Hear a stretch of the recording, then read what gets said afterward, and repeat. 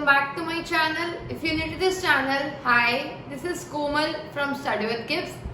In our today's video, we'll discuss the first chapter of class 10th science chemistry, that is chemical reaction and equations. So let's start our first chapter now.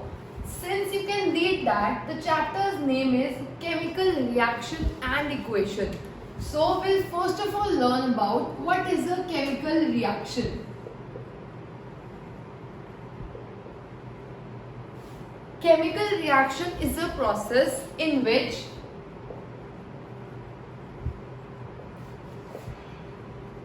one substance loses its identity to form a new substance.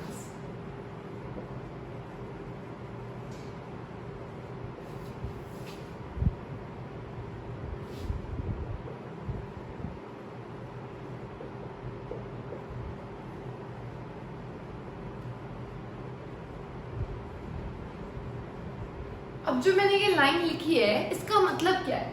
इसका meaning है कि chemical reaction एक ऐसा process होता है जिसमें जब एक सब्सटेंस अपनी आइडेंटिटी को लूज करता है और एक नया सब्सटेंस फॉर्म करता है।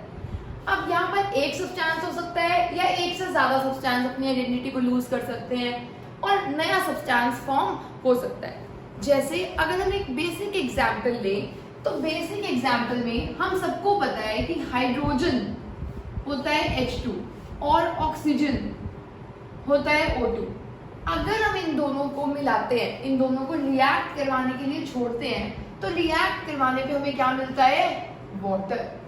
तो आप देखो, हाइड्रोजन और ऑक्सीजन के मिलने से क्या बना? वाटर। तो हाइड्रोजन की जो अपनी आइडेंटिटी थी वो लूज हो गई, ऑक्सीजन की जो अपनी आइडेंटिटी थी वो लूज हो गई और वाटर एक नया सब्सटेंस फॉर्म हुआ which has different chemical properties.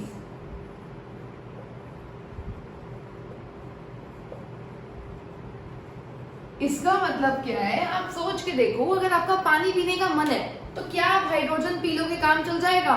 या आप ऑक्सीजन पी लोगे, इनहेल कर लोगे तो काम चल जाएगा? पानी की प्यास नहीं लगेगी? तो लगेगी। इसका मतलब जो पानी है वो हाइड्रोजन और ऑक्सीजन से मिलकर जरूर बना है, और उसकी जो प्रॉपर्टीज है वो बिल्कुल हाइड्रोजन और ऑक्सीजन से डिफरेंट है। तो उसी प्रोसेस को हम बोलते हैं कि एक केमिकल रिएक्शन हुई है। 9th क्लास में आपने किया था केमिकल चेंज। वो केमिकल चेंज जब होता है तो एक केमिकल रिएक्शन ही हो रही होती है कि जिसमें एक या दो सब्सटेंसेस अपनी आइडेंटिटी को लूज करते हैं और एक नया सब्सटेंस फॉर्म करते हैं। तो हम बोलते हैं कि क्या हुई है? एक केमिकल रिएक्शन। और किसी भी केमिकल रिएक्शन को हम रिप्रेजेंट कर सकते हैं यूजिंग केमिकल इक्वेशन। अब हमें पता कैसे चलेगा कि कोई केमिकल रिएक्शन हुई है?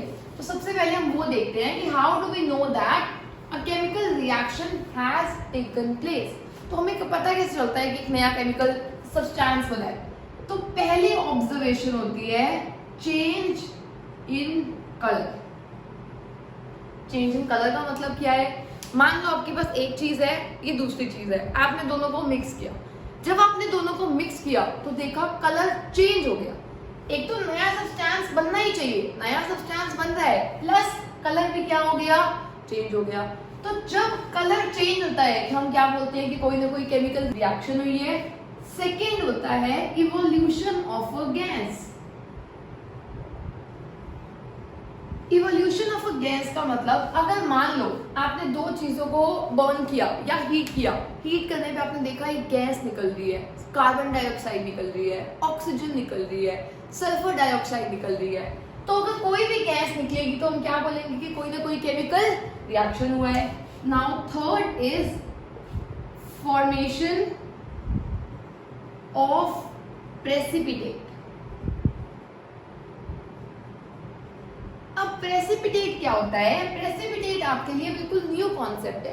प्रेसिपिटेट का मतलब होता है, आप इसके लिए एक एग्जांपल दिमाग में सोच सकते हो। आपने पानी लिया, उसमें चॉक को डाला, क्या चॉक ऊपर रहता है या नीचे सेटल हो जाता है? नीचे सेटल हो जाता है, क्योंकि चॉक पानी के अंदर सोल्यूबल नहीं होता। जो पानी के अंदर सोल्यूबल नहीं होती चीजें वो नीचे आ जाती है क्योंकि वो पानी में इनसोल्यूबल होती है। ऐसे सब्सटेंसेस को हम बोलते हैं precipitate. Precipitate are the substances that are insoluble and those generally settle down. तो हम क्या बोल रहे हैं कि अगर कोई प्रेसिपिटेट फॉर्म हुआ तो क्या हुई है, एक केमिकल रिएक्शन। ये जब सारे चेंजेस होंगे तो मैं आप इन सब की आपको एक एक रिएक्शन भी बताऊंगी और वो आपको पूरे चैप्टर में पता चलेगी। Now fourth example, fourth is change in temperature. अब चेंज इन टेम्परेचर का एग्जाम्पल भी हम पढ़ेंगे आगे कि टेम्परेचर चेंज होने का मतलब क्या होता है। टेम्परेचर का मतलब होता है हीट रिलीज होना या फिर हीट गेन होना। मान लो आपने दो चीजों को मिक्स किया और आपने देखा जो वो बर्तन था, जो वेसल था, वो बहुत गर्म हो गया, मतलब टेम्परेचर चेंज हुआ है। या फिर वो बर्तन बहुत ठंडा हो गया, तब भी टेम्परेचर चेंज हुआ है। तो अगर टेम्परेचर चेंज होगा तब भी क्या हुई है, एक केमिकल रिएक्शन।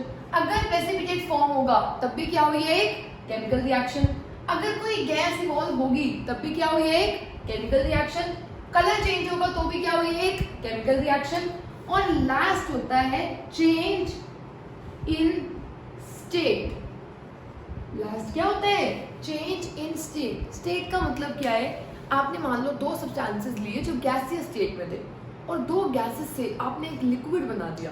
जैसे famous example is hydrogen gaseous state में है, ऑक्सीजन गैसियस स्टेट में है, इससे वाटर बनता है जो लिक्विड स्टेट में होता है। तो स्टेट चेंज हो रही है, फिर से क्या हुई है, केमिकल रिएक्शन।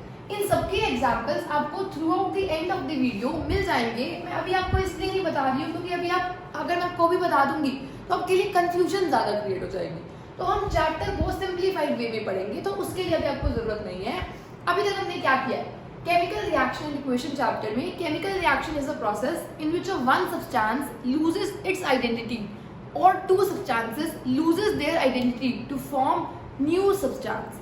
जब एक नया सब्सटेंस फॉर्म होता है जिसकी प्रॉपर्टी पहले वाले से मैच नहीं करती तो हम बोलते हैं कि कोई एक केमिकल रिएक्शन हुई है। अब हमें पता कैसे चलता है कोई केमिकल रिएक्शन हुई है, तो उसके लिए होता है चेंज इन कलर। अगर आपने दो सब्सटेंसेस को मिक्स किया और कलर चेंज हो गया तो केमिकल रिएक्शन हुई है। अगर प्रेसिपिटेट फॉर्म हो गया, कोई चीज नीचे सेटल डाउन हो गई तो भी एक केमिकल रिएक्शन हुई है। अगर टेम्परेचर में चेंज हो गया तो भी केमिकल रिएक्शन हुई है।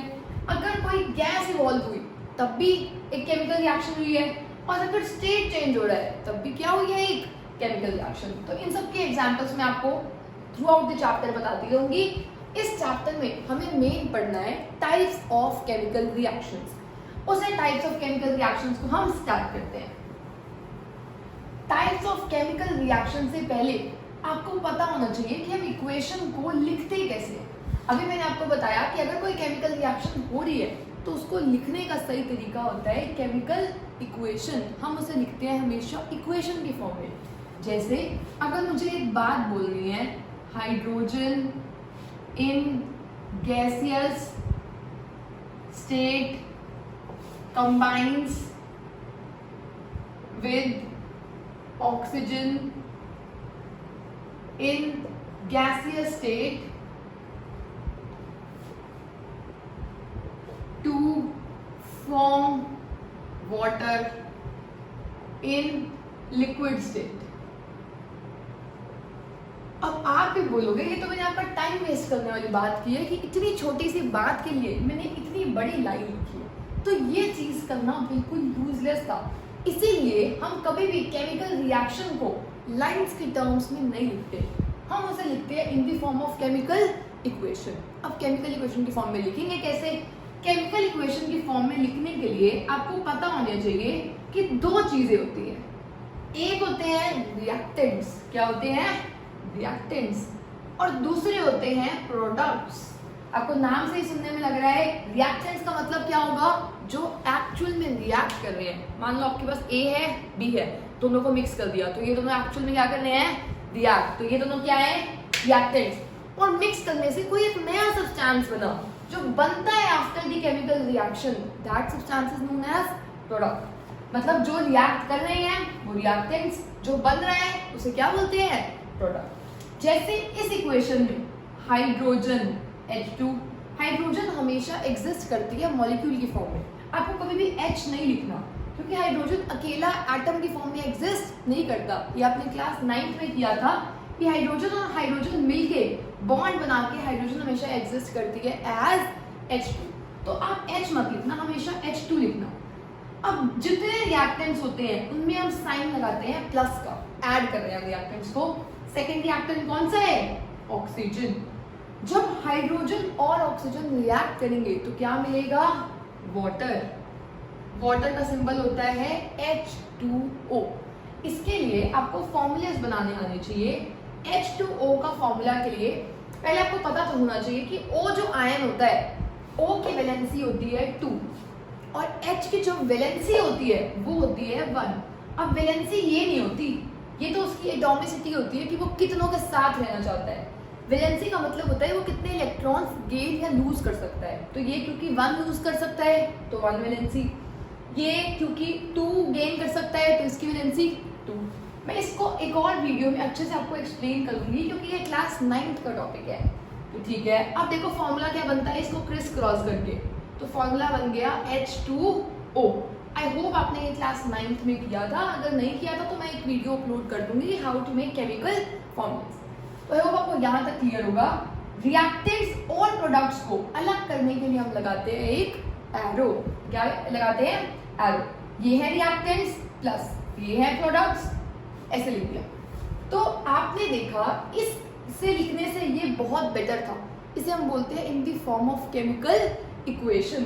तो ये लिखा है हमने in the form of chemical equation, जिसमें रिएक्टेंट्स का मतलब जो एक्चुअली रिएक्ट कर रहे हैं, प्रोडक्ट्स का मतलब जो फॉर्म हो रहे हैं आफ्टर दी केमिकल रिएक्शन। तो ये रिएक्ट कर रहे हैं, ये फॉर्म कर रहे हैं। अब ये इक्वेशन ना खाली खाली सी लग रही है, मतलब रूखी सूखी सी है, मजा नहीं आ रहा है इक्वेशन लिखने में, क्योंकि हमने और भी इंफॉर्मेशन कुछ ज्यादा नहीं दी है। तो एक इंपॉर्टेंट क्वेश्चन है आपके लिए एग्जाम के लिए, how can you make an equation informative? How can you make a chemical reaction informative? Informative का मतलब होता है एक चीज जो हमें बहुत ज्यादा इंफॉर्मेशन प्रोवाइड करे। तो उसे इंफॉर्मेटिव बनाने के लिए हमारे पास एक तरीका होता है। हम क्या कर सकते हैं, हाइड्रोजन के बाहर, तो आपको ये समझ आ गया ये रिएक्टेंट्स है और ये प्रोडक्ट्स हैं, तो मैं इसे इरेज कर रही हूँ। अब हम किसी रिएक्शन को इंफॉर्मेटिव बनाने के लिए क्या कर सकते हैं? फर्स्ट पॉइंट है mention the physical states.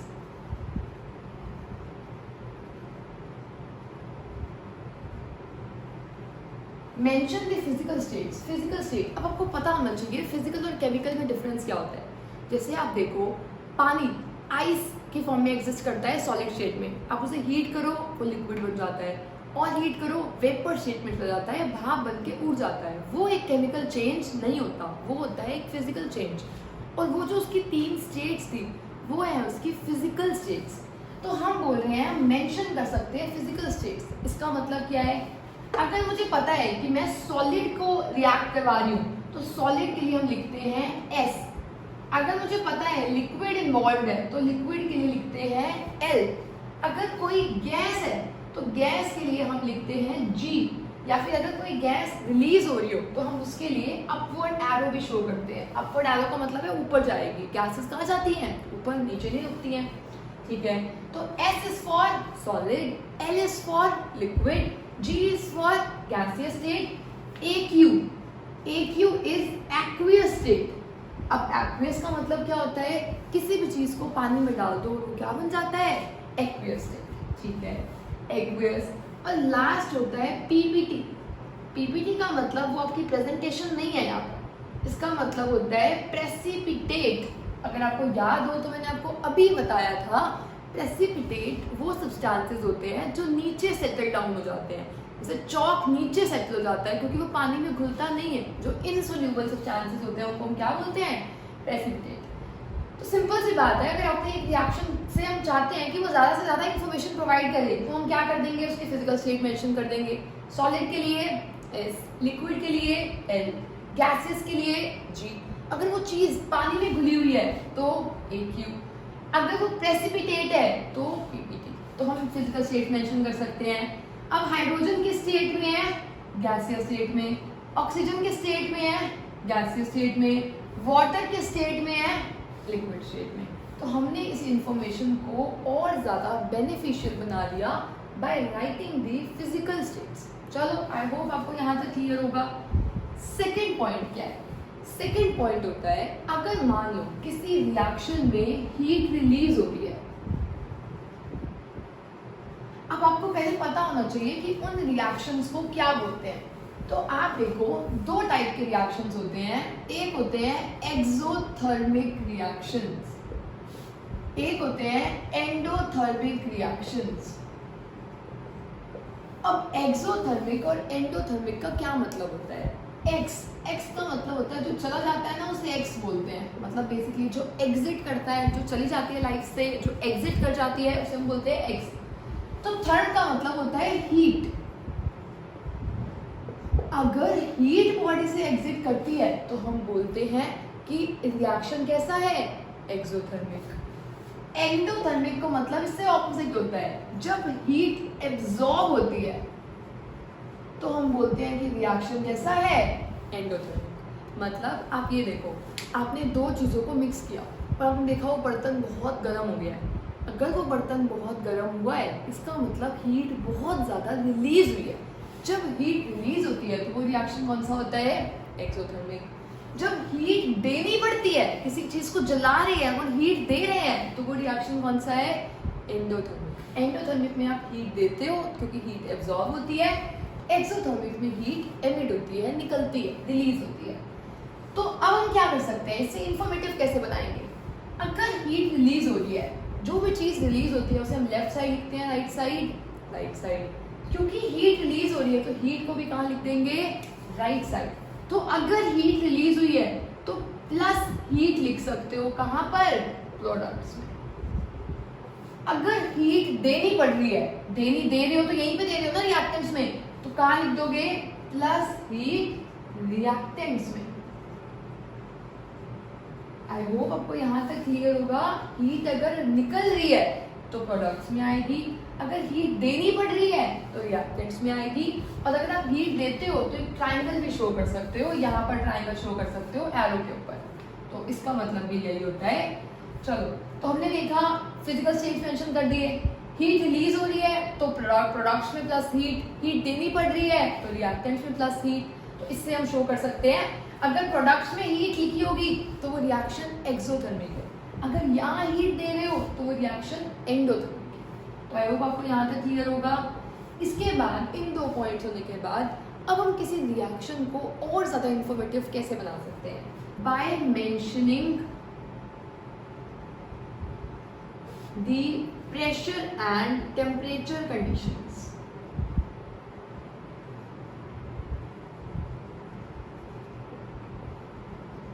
Pressure and temperature conditions में आप इसको रिलेट कर पाओगे अगर आपने लाइफ प्रोसेसेस चैप्टर में जो न्यूट्रिशन टॉपिक है वो कर लिया है।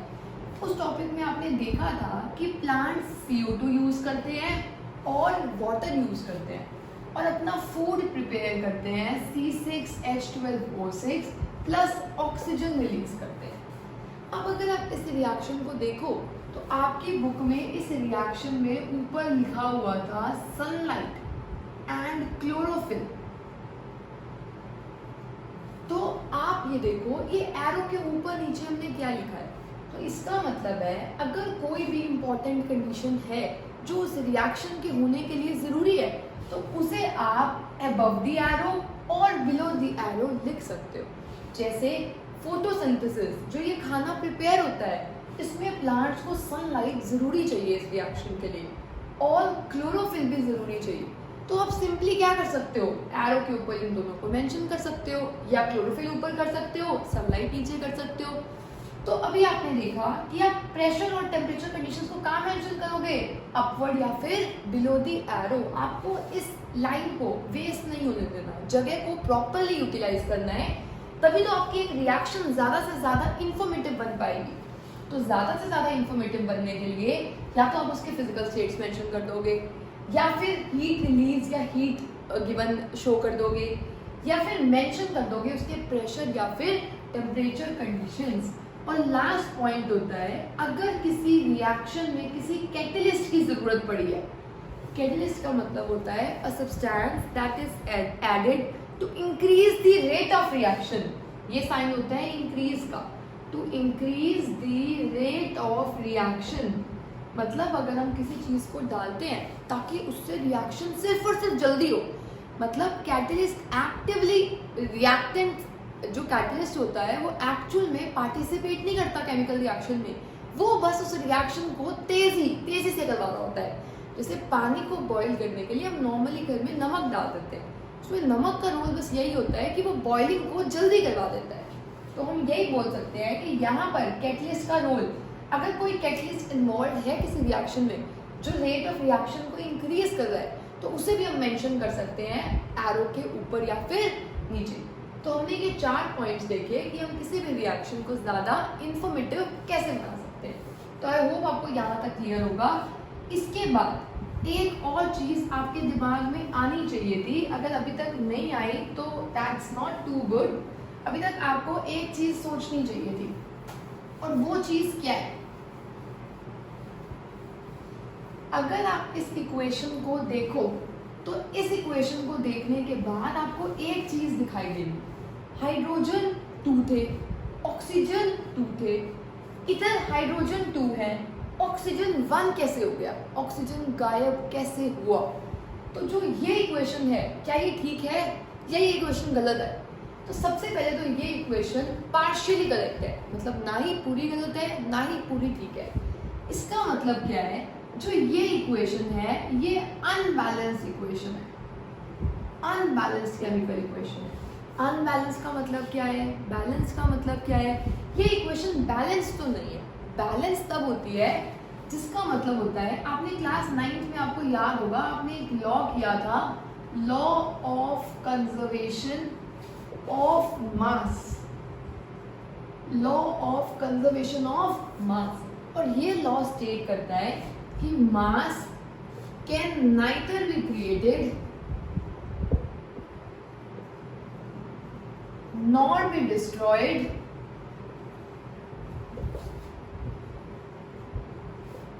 इन अ केमिकल रिएक्शन।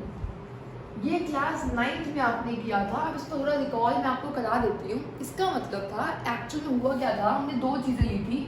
मान लो ये एक बीकर है, इसमें हमने A रखा हुआ है, इसमें हमने रखा हुआ है B, यहाँ पर है B। हमने इसका मास चेक किया कि इसका मास कितना है। लेट्स से A का मास था 10, B का मास था 20, तो टोटल मास आ गया 30 ग्राम्स। ठीक है, A का मास 10 था, B का मास 20 था, टोटल मास कितना आ गया 30। फिर हमने ना A और B को मिक्स कर दिया, मतलब इस बर्तन को ऐसे कर दिया, ये है A तो सब कुछ गिर गया इसके अंदर, और ये है B। अब हमने इसका फिर से मास चेक किया और हमने ना ऊपर इसको कवर कर दिया, मतलब इस बीकर को हमने ऊपर से कॉटन प्लग से कवर कर दिया ताकि कोई भी चीज़ बाहर ना जाए। कोई भी चीज़ बाहर नहीं जाएगी तो ये तो एक दूसरे के साथ रिएक्ट कर रहे हैं और कोई नई चीज़ फॉर्म हो रही होगी, तो या तो मास चेंज होना चाहिए था। हमने देखा कि मास अभी भी 30 ग्राम है। इसका मतलब क्या था, ये शो कर रहा है कि जब कोई सब्सटेंस केमिकली रिएक्ट नहीं करता तब जो उसका मास होता है, जब वो रिएक्ट कर लेता है तब जो उसका मास होता है, वो दोनों वैल्यूज क्या होती हैं, बिल्कुल सेम। इसका मतलब किसी भी केमिकल रिएक्शन में ना ही मास अपने आप आ सकता है, ना ही मास गायब हो सकता है, ना ही मास पैदा होगा, क्रिएट होगा, और ना ही अपने आप डिस्ट्रॉय हो जाएगा। अब आप सोच सकते हो कि आपने 2 चीज़ों को मिलाया, कुछ चीज़ आप कहोगे हवा में उड़ गई, पर हमने इसमें हवा में नहीं उड़ने दिया ना, तभी मास सेम आया है। अगर कोई चीज़ हवा में उड़ जाती तो मास कम आता। तो इससे हमने क्लास 9th का मैंने आपको एक रिकैप दिया है, जिससे हमें पता चला था कि मास हमेशा कंजर्व रहता है। तो मास जितना पहले था उतना ही मास बाद में आना चाहिए। अब यहाँ है H2O2, इसका जो मास होगा ये है H2O, कभी भी मास इक्वल नहीं आएगा। अगर मास इक्वल नहीं है तो हम बोलते हैं कि ये जो इक्वेशन है ये बैलेंस्ड ही नहीं है, तो हमें इस इक्वेशन को क्या करना पड़ेगा, बैलेंस करना पड़ेगा। So important question for exam, what is the need to balance a chemical reaction, या why do we balance a chemical reaction? We balance it to satisfy law of conservation of mass. और ये state क्या करता है, आपको आगे state भी करके आना है, which state that mass can neither be created nor be destroyed in a chemical reaction. मतलब ना ही मास कभी क्रिएट हो सकता है खुद से, ना ही मास कभी गायब हो सकता है। पर यहाँ पर कहाँ है वो मास? इसका मतलब ये इक्वेशन कैसी है, अनबैलेंस्ड। अब हमें इस इक्वेशन को बैलेंस करना है, तो इस इक्वेशन की करते हैं बैलेंसिंग। बैलेंसिंग पे मैंने एक पूरी वीडियो बनाई है जिसमें हमने ऑलमोस्ट 10 क्वेश्चंस को बैलेंस किया है। तो उन 10 क्वेश्चंस को हम बैलेंस अभी इस वीडियो में तो नहीं करेंगे, तो मैं आपको लिंक शेयर कर दूंगी, आप उस लिंक को कंप्लीट देख लेना। इस वीडियो में हम सिर्फ 2-3 को बैलेंसिंग कर लेंगे। एक और चीज़, मैंने अभी आपको एक रिएक्शन बताई थी फोटोसिंथेसिस की, जिसमें क्लोरोफिल चाहिए और सनलाइट चाहिए। आपकी बुक में, एनसीईआरटी बुक में एक और रिएक्शन गिवन है उसके ऊपर, जो CO के साथ कार्बन मोनोऑक्साइड की रिएक्शन है। आप प्लीज़ कमेंट बॉक्स में मुझे देखकर वो रिएक्शन बताना, ताकि मुझे पता चले कि आप एक्चुअल में वीडियो कितनी देखते हो और कितना पढ़ रहे हो। तो आपको कमेंट बॉक्स में वो इक्वेशन को लिखना है। चलो अब हम इस पे आते हैं। तो हम इस इक्वेशन की क्या करेंगे, बैलेंसिंग करेंगे। क्यों बैलेंसिंग करेंगे? ताकि मास की कंजर्वेशन बनी रहे। तो बैलेंसिंग का सिंपल रूल होता है, आप प्लीज पहले वो उस वीडियो को देख लेना, बैलेंसिंग वाली वीडियो, तभी आपको ये समझ आएगा। तो रूल होता है, पहले आप बैलेंस करो मेटल्स को, फिर आप बैलेंस करो नॉन मेटल्स को, फिर आप बैलेंस करो हाइड्रोजन को, और फिर बैलेंस करना होता है ऑक्सीजन को। इस इक्वेशन में मेटल्स और नॉन मेटल्स नहीं है तो बात खत्म हो जाती है। हमें बैलेंस करना है पहले हाइड्रोजन को और फिर बैलेंस करना है ऑक्सीजन को। तो हाइड्रोजन देखो, लेफ्ट हैंड साइड में इधर लिख लेते हैं LHS, इधर लिख लेते हैं RHS।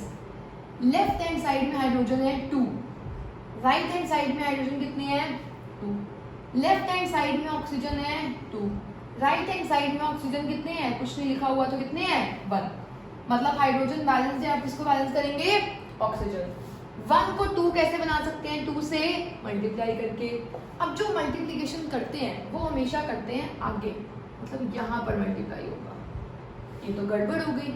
जैसे ही आपने O को बैलेंस किया, हाइड्रोजन पहले 2 थे, अब 2 आगे भी आ गया, तो 2 × 2 हाइड्रोजन कितने हो गए अपने आप 4। तो अब तो इक्वेशन बैलेंस नहीं है।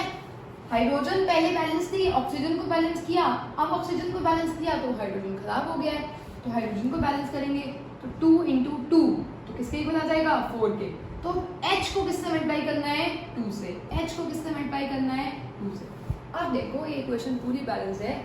इधर H के कितने हैं 4, उधर H के कितने हैं 4, इधर O के कितने हैं 2, इधर O के कितने हैं 2। तो ये इक्वेशन पूरी बैलेंस्ड है। तो why do we balance a chemical equation? To satisfy law of conservation of mass. Balancing के क्वेश्चंस जरूरी नहीं है आपके ऐसे डायरेक्ट आएंगे। अगर आपके डायरेक्ट क्वेश्चंस नहीं आते तो वो आपको एक इक्वेशन बोल सकता है कंप्लीट करने के लिए, और आपको किसी भी इक्वेशन में इस चैप्टर में बैलेंसिंग करके ही आनी है एग्जाम में, क्योंकि मार्क्स डिडक्ट हो सकते हैं उसमें। चलो अब हम आगे करते हैं, एक और एग्जाम्पल देख लेते हैं बैलेंसिंग का। एक और एग्जाम्पल जो आपकी एनसीईआरटी बुक में दिया हुआ है, वो दिया हुआ है Fe सिंबल होता है आयरन का। इसे हमने हीट किया वाटर के साथ और बना Fe3O4 + H2। अब हमें इस इक्वेशन को क्या करना है, बैलेंस करना है। तो करते हैं, पहले लिखते हैं मेटल्स Fe, फिर लिखना है हाइड्रोजन, फिर लिखना है ऑक्सीजन। मैं आपको बार बार स्ट्रेस कर रही हूँ, पहले वो बैलेंसिंग वाली वीडियो देख लेगा।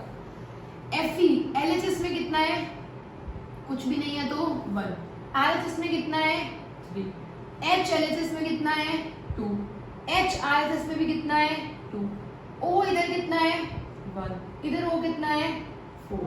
चलो बैलेंसिंग स्टार्ट करते हैं। सबसे पहले आयरन को बैलेंस करेंगे, इधर 3 है इधर 1, तो किससे मल्टीप्लाई कर देंगे 3 से। Fe को 3 से मल्टीप्लाई किया।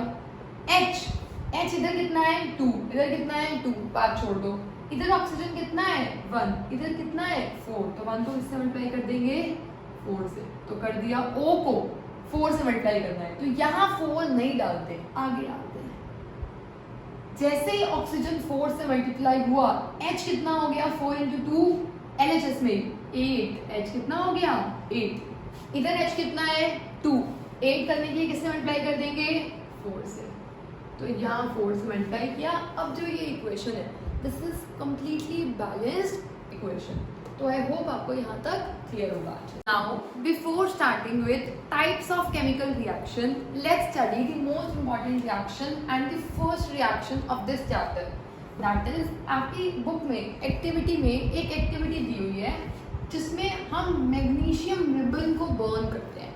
अब जो मैग्नीशियम रिबन होता है उसका कलर भी वाइट होता है, और जब हम उसको बर्न करते हैं, बर्न करने का मतलब होता है ऑक्सीजन की प्रेजेंस में बर्न करना, क्योंकि क्योंकि ऑक्सीजन काफ़ी अबंडेंट सप्लाई में होती है और हर चीज़ ऑक्सीजन के साथ रिएक्ट कर जाती है। तो जब मैग्नीशियम को बर्न करते हैं तो वो ऑक्सीजन के साथ रिएक्ट करती है और ऑक्सीजन के साथ रिएक्ट करके वो फॉर्म करती है मैग्नीशियम ऑक्साइड। और जो मैग्नीशियम ऑक्साइड होता है ये है सॉलिड, ये है गैसियस स्टेट और ये है सॉलिड स्टेट। जो मैग्नीशियम ऑक्साइड होता है, जब आप देखोगे जैसे एक रिबन है उसको आप बर्न कर रहे हो, तो जब आप मैग्नीशियम के रिबन को बर्न करते हो तो वाइट सा पाउडर आ जाता है और ये तो बर्न ही वाइट फ्लेम के साथ करता है, डार्जिलिंग फ्लेम, और जो पाउडर आता है उसका कलर भी वाइट होता है। तो जो वो वाइट पाउडर होता है that is due to the formation of magnesium oxide. और जब भी हम मैग्नीशियम को बर्न करते हैं तो एक ध्यान रखा जाता है इस एक्सपेरिमेंट को करते हुए कि जो मैग्नीशियम होता है वो ज़रूरी नहीं है हम ऑक्सीजन के साथ हीट करेंगे तभी मैग्नीशियम ऑक्साइड बनाएगा। जैसे आपने सुना होगा लोहे को अगर हम ओपन रख देते हैं, पानी डाल देते हैं तो लोहे पे जंग लग जाता है क्योंकि लोहा बहुत जल्दी रिएक्ट करता है इसके साथ। ऐसे ही मैग्नीशियम को हीट करने की ज़रूरत नहीं होती ऑक्सीजन के साथ। अगर हम नॉर्मल मैग्नीशियम रिबन को भी रख दें तो उसके ऊपर ना वो ऑक्सीजन के साथ रिएक्ट करके एक कवरिंग फॉर्म कर लेता है मैग्नीशियम ऑक्साइड की। तो अगर हम मैग्नीशियम को जला रहे हैं तो हम नहीं चाहेंगे कि उसके ऊपर कोई कवरिंग हो जो उसे जलने के लिए मुश्किल क्रिएट कर रही है।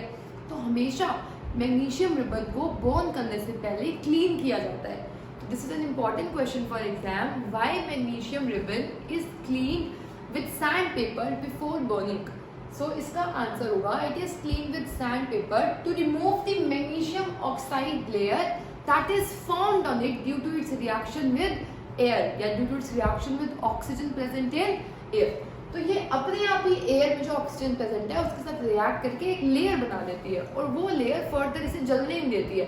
तो हम पहले उस लेयर को उतार लेते हैं, उस व्हाइट पाउडर सब्सटेंस को, फिर जलाते हैं। जलाने के बाद फिर से क्या मिल जाता है, वही व्हाइट पाउडर मिल जाता है। So this is important question for exam.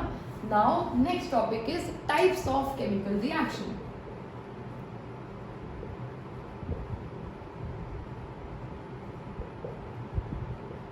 अब अगर हम types of chemical reaction की बात करें तो जो first type आता है that is combination reaction. First type कौन सा है? Combination reaction. And trust me ये सबसे सिंपल रिएक्शन है, आपको नाम से ही जैसा लग रहा है ना वही इसका मतलब है। कॉम्बिनेशन का मतलब होता है जब हम दो चीज़ों को कंबाइन करते हैं। तो कॉम्बिनेशन रिएक्शन में भी जब हम दो रिएक्टेंट या दो से ज़्यादा रिएक्टेंट को कंबाइन करेंगे और उससे एक प्रोडक्ट बनेगा तो उस रिएक्शन को हम बोलते हैं कॉम्बिनेशन रिएक्शन। जैसे ए और बी को मिक्स किया और क्या बन गया, सी। जितनों को भी मिक्स करो, चाहे आप 3 को मिक्स करो, तो बनना एक ही प्रोडक्ट चाहिए, तो उस रिएक्शन को क्या बोलते हैं, कॉम्बिनेशन रिएक्शन। इस रिएक्शन में एक फेमस रिएक्शन आता है that is burning of coal, C+O2 that gives CO2। कौन सी गैस रिलीज होती है, कार्बन डाइऑक्साइड। अब ना जब ये क्वेश्चन आता है बर्निंग ऑफ कोल, आधों को तो ये नहीं पता होता कि कोल में मोस्टली होता क्या है, कार्बन। जब कार्बन को बर्न करते हो ऑक्सीजन की प्रेजेंस में तो कौन सी गैस निकलती है, कार्बन डाइऑक्साइड गैस। तो आप ये रिएक्टेंट्स के फिजिकल स्टेट से मेंशन कर सकते हो, बुक से लिख सकते हो। नाउ नेक्स्ट इज, एक तो हमने ये एग्जांपल लिख लिया, एक एग्जांपल जो मैं आपको अभी से बता रही थी, तो ये भी कौन सा एग्जांपल है, कॉम्बिनेशन रिएक्शन। या फिर जो बोर्ड पे लिखा हुआ है Mg+O2 gives MgO, तो ये भी कौन सा रिएक्शन है, कॉम्बिनेशन रिएक्शन। तो ये सारे रिएक्शन कॉम्बिनेशन रिएक्शन है क्योंकि दो रिएक्ट करके एक सिंगल प्रोडक्ट बना रहे हैं, दो रिएक्टेंट सिंगल प्रोडक्ट, दो रिएक्टेंट सिंगल प्रोडक्ट। तो इस रिएक्शन को हम बोलते हैं कॉम्बिनेशन रिएक्शन। अब इसमें एक और इम्पॉर्टेंट रिएक्शन है जो आपकी बुक में दिया हुआ है, वो है कैल्शियम ऑक्साइड का। अब मैंने कैल्शियम ऑक्साइड का फॉर्मूला CaO ही क्यों लिखा, क्योंकि देखो कैल्शियम ऑक्साइड, कैल्शियम होता है Ca, ऑक्साइड होता है O। कैल्शियम जो आयन है उसकी वैलेंसी होती है 2, ऑक्साइड की भी होती है 2, और इनको सिंपल में लेना होता है, अगर ये कट हो सकते हैं तो हो कर सकते हैं। तो फॉर्मूला क्या बन गया, CaO। तो कैल्शियम ऑक्साइड का फॉर्मूला होता है CaO, और इसका एक और नेम होता है क्विक लाइम या फिर लाइम, जो चूना होता है यही होता है। इसको जब हम वाटर में मिक्स करते हैं तो बनता है कैल्शियम हाइड्रोक्साइड। अब देखो कैल्शियम Ca, हाइड्रोक्साइड होता है OH। आपको इसके लिए 9th के बेसिक्स क्लियर होने चाहिए। कैल्शियम की वैलेंसी 2, हाइड्रोक्साइड की 1, तो फॉर्मूला बन गया Ca 1 है, OH ट्वाइस है, तो CaOH होल ट्वाइस। अब आप इसे ये लिख दोगे तो ये गलत हो जाएगा, क्योंकि ये लिखने का मतलब है कि सिर्फ H के साथ 2 है और इसमें OH के साथ 2 है, तो आपको OH के साथ एक ब्रैकेट लगानी होती है। ये भी 9th का टॉपिक था। तो कैल्शियम हाइड्रोक्साइड फॉर्म होता है और यही वो सब्सटेंस होता है जिसे हम दीवारों पे यूज करते हैं वाइट वॉशिंग के टाइम पे। अब मैंने आपको क्या बताया अभी कि जो क्विक लाइम है, क्विक लाइम जो में दीवारों पे हम वाइट वॉशिंग करते हैं, उस वाइट वॉशिंग के लिए यूज करना होता है ये, इसका नाम होता है स्लेट लाइम। मतलब एक है क्विक लाइम, क्विक लाइम को पानी में डालो, पाउडर सब्सटेंस है, पानी में डाला, पानी में डालते ये बन गया स्लेट लाइम। इस स्लेट लाइम को लगा देते हैं दीवारों पे वाइट वॉशिंग के लिए। जब हम इसको दीवारों पे लगाते हैं तो इससे ना वाइट लुक नहीं आती, फिनिशिंग लुक नहीं आती। तो फिनिशिंग लुक के लिए क्या होता है, जो ये कैल्शियम हाइड्रोक्साइड है, ये ना एयर में बहुत सारी गैसेस प्रेजेंट होती हैं, पर ये रिएक्ट करता है कार्बन डाइऑक्साइड के साथ और फॉर्म करता है CaCO3 और दीवारें थोड़ी सी गीली हो जाती है तो हम बोलते हैं पानी रिलीज होता है। अब CaCO3 होता है कैल्शियम कार्बोनेट, वैलेंसी 2, फॉर्मूला क्या बन गया CaCO3, इसलिए मैंने फॉर्मूला क्या लिखा है CaCO3। और जो इसका कलर होता है ना, ये मार्बल का फॉर्मूला होता है, लाइमस्टोन का फॉर्मूला होता है। मार्बल का कलर कैसा होता है, वाइट। ताजमहल में जो मार्बल पहले जब ओरिजिनली था उसका कलर कैसा था, वाइट। तो हम देख रहे थे combination reaction, 2 reactant single product, 2 reactant single product, 2 reactant single product. ये रिएक्शन इंपॉर्टेंट है। ये रिएक्शन इंपॉर्टेंट इसलिए है, क्वेश्चन आपकी एनसीईआरटी बुक में भी दिया हुआ है, सॉल्यूशन ऑफ X, मतलब X का जो सॉल्यूशन है वो यूज करते हैं व्हाइट वॉशिंग में। तो बताओ X क्या है, X है CaO और व्हाइट वॉशिंग में यूज क्या होता है CaOH होल ट्वाइस। और व्हाइट वॉशिंग में जब इसे यूज करते हैं तो क्या इसको छोड़ देते हैं, इसके बाद ये CO2 के साथ रिएक्ट करता है एयर में और क्या बना देता है कैल्शियम कार्बोनेट, जो व्हाइटिश कलर देता है इसको फाइनली। मतलब ये व्हाइटिश नहीं है, ये ऑफ वाइट क्रीमिश सा कलर होता है और इसमें फाइनली शेड कैसी आ जाती है, वाइट शेड। तो इसको हम दीवारों पे लगाते हैं और जो ये रिएक्शन होती है, ये रिएक्शन हाईली एक्सोथर्मिक रिएक्शन होती है। जो वाइट वॉशिंग की रिएक्शन होती है, जैसे ही हम इस चूने को पानी में डालते हैं बहुत ही ज़्यादा हीट रिलीज होती है, गर्म होता है ये रिएक्शन। तो इसके आगे हम आगे प्लस हीट भी लिख सकते हैं। अभी मैंने आपको बताया था to make a reaction more informative, इसमें भी हम आगे क्या लिख सकते हैं, प्लस हीट। तो ये दोनों रिएक्शन किसका टाइप हो गई, एक्सोथर्मिक रिएक्शन का। एक और आपके बुक में रिएक्शन दी हुई है, burning of natural gas. Natural gas होती है मीथेन CH4। जब हम इसको बर्न करते हैं तो फॉर्म होता है CO2 एंड वाटर। तो इस रिएक्शन में भी बहुत सारी हीट और लाइट रिलीज होती है। तो ये रिएक्शन भी क्या है, एक्सोथर्मिक। एक्स का मतलब एग्जिट, मतलब हीट निकल रही है, एक्सोथर्मिक। ये रिएक्शन भी क्या है, एक्सोथर्मिक। ये रिएक्शन भी क्या है, एक्सोथर्मिक। तो एक्सोथर्मिक का मतलब होता है जब हीट निकलती है। अब आप इस रिएक्शन में सोच सकते हो कि C+O2, इसको तो हम जला रहे थे तो हम हीट दे रहे हैं, तो हम ये क्यों बोल रहे हैं कि हीट निकल रही है, क्योंकि हमें ना ओवरऑल चेंज देखना होता है। हम हीट दे भी रहे हैं और हीट निकल भी रही है, पर ज़्यादा हीट निकलती है तो हम बोलते हैं नेट हीट निकल रही है। तो ये रिएक्शन कैसा है, एक्सोथर्मिक रिएक्शन, क्योंकि इसमें नेट हीट बहुत ज़्यादा निकल रही होती है। तो ये है एक्सोथर्मिक, ये है एक्सोथर्मिक, ये है एक्सोथर्मिक। एक और आपकी बुक में एग्जाम्पल दिया हुआ है, डिकम्पोजिशन ऑफ कंपोस्ट। वो भी रिएक्शन कैसा होता है, एक्सोथर्मिक रिएक्शन। एक और एनसीईआरटी में एग्जांपल दिया हुआ है, रेस्पिरेशन। रेस्पिरेशन आप तब तक नहीं समझ सकते जब तक आपने लाइफ प्रोसेस में रेस्पिरेशन ना किया हो। अगर आपने रेस्पिरेशन लाइफ प्रोसेस में कर लिया तो आप यहाँ समझ जाओगे, अदरवाइज नहीं समझोगे। मैं आपको थोड़ा सा बता रही हूँ रेस्पिरेशन क्या होता है। हम जो भी खाना खाते हैं वो फूड ब्रेक डाउन होता है O2 की प्रेजेंस में, क्योंकि हम O2 इनहेल करते हैं। तो हमने खाना खाया है C6H12O6, ऑक्सीजन की प्रेजेंस में वो ब्रेक होगा और रिलीज होता है CO2 एंड वाटर। क्या रिलीज होता है, CO2 एंड वाटर। और हमें खाने से बहुत सारी एनर्जी मिलती है। एनर्जी का मतलब होता है हीट मिलती है हमें बहुत सारी। तो रेस्पिरेशन भी प्रोसेस कैसा होता है, एक्सोथर्मिक। तो इसमें आप लिखोगे when food is break down in the presence of oxygen then CO2 and water are produced and a lot of energy is released. Since energy is released, this process is exothermic. So important question for exam, mention few of the exothermic reactions. तो आप लिखोगे burning of coal, burning of natural gas, respiration, decomposition of compost. तो ये सारे reactions कैसे हैं? Exothermic. अगर आपके दिमाग में और कोई रिएक्शन आए तो आपको वो भी बतानी है कि वो रिएक्शन एक्सोथर्मिक होती है या एंडोथर्मिक। और आपको कमेंट बॉक्स में एक रिएक्शन मैं आपको बता रही हूँ उसका आंसर देना है कि आपके हिसाब से वो क्या है, एक्सो या endo.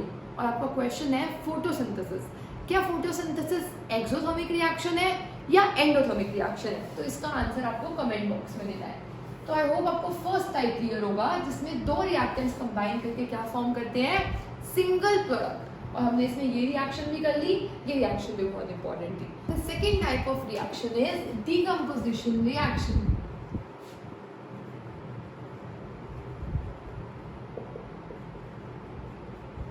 Now what is decomposition reaction? Decomposition reaction is the exact opposite of combination reaction. Combination reaction में दो substances को हम मिला रहे थे और एक substance बन रहा था। तो decomposition reaction में एक substance होता है और वो टूट जाता है और टूट के हमें दो या दो से ज़्यादा substances देता है। तो आप देखो जब दो मिलके एक बन रहे थे तो combination, एक टूट के दो या दो से ज़्यादा मिल रहा है तो डिकम्पोजिशन। हम बोलते हैं वो सब्सटेंस डिकम्पोज हो गया। अब जब आप एक सब्सटेंस को डिकम्पोज कर रहे हो, आपके पास एक सब्सटेंस पड़ा हुआ है, वो अपने आप तो नहीं टूट जाएगा दो में या तीन में। अगर आपके पास पानी है तो वो अपने आप तो किसी भी चीज़ में नहीं ब्रेक होगा। तो आपको क्या देनी पड़ती है, एनर्जी देनी पड़ती है।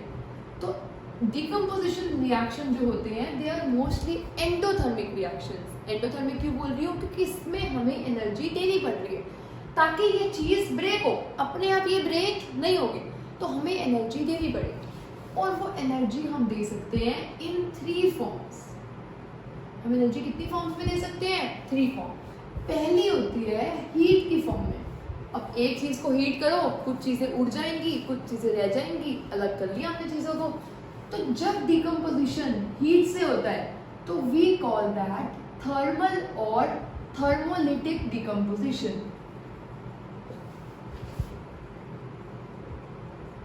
और पहले हम थर्मल डिकम्पोजिशन को करेंगे, फिर सेकंड और थर्ड डिकम्पोजिशन को स्टडी करेंगे।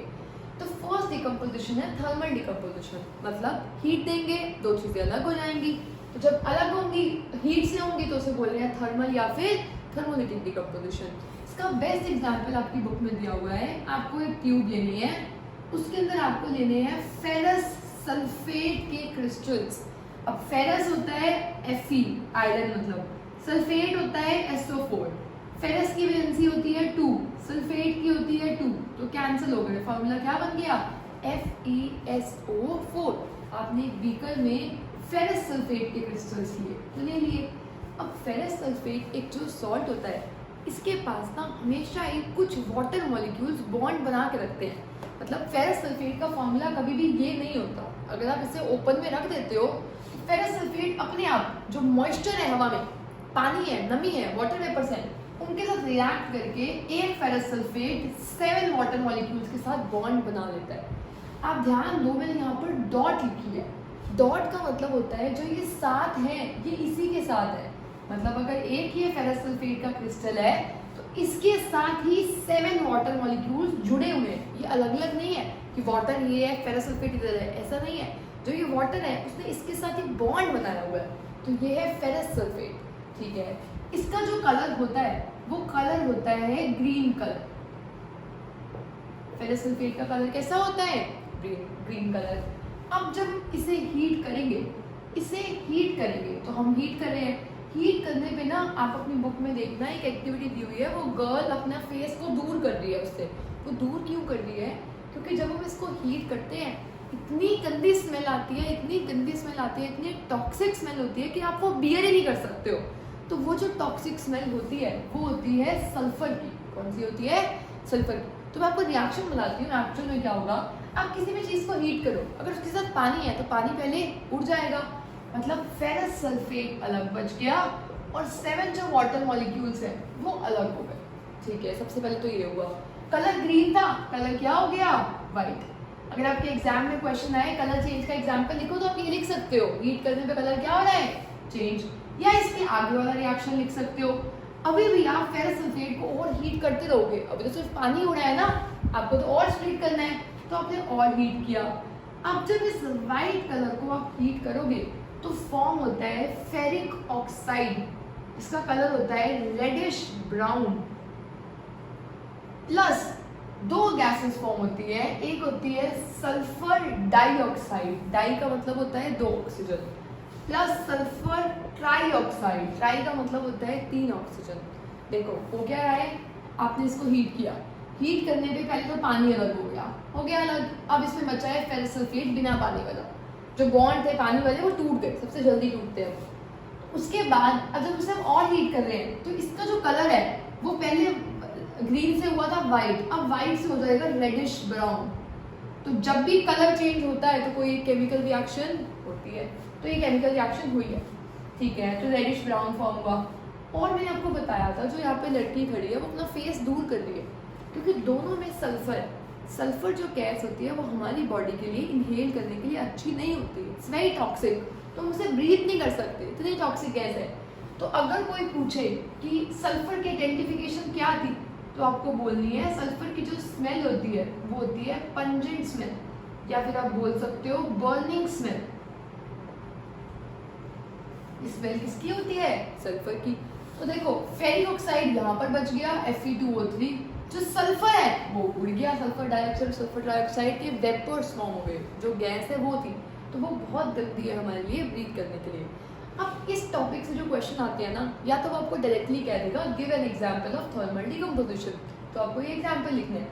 अदरवाइज ना इस टॉपिक से नॉर्मल में मजा आता है पहेलियां बनाने में, पजल्स देने में।